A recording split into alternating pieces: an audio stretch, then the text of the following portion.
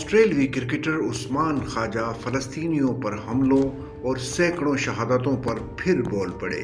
عثمان خواجہ نے social media پر پیغام جاری کیا کہ ایک دن میں 130 سے زائد بچے مارے گئے ہیں، بغیر کسی وجہ کے جنگ بندی کو توڑا گیا ہے۔ عثمان خواجہ نے لکھا کہ تصور کریں اگر یہ سب مخالف طرف سے ہوتا تو پھر کتنے غصے کا اظہار کیا جاتا۔ تمام زندگیاں برابر نہیں ہیں، یہ بچے بس تاریخ میں نمبر بن کر رہ جائیں گے۔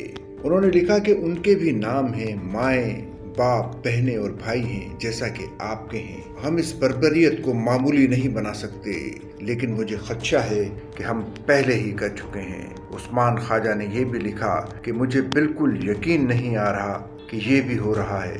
یاد رہے کہ عثمان خواجہ اس سے قبل بھی فلسطینیوں سے بھرپور طریقے سے اظہار یکجہتی کرتے رہے ہیں۔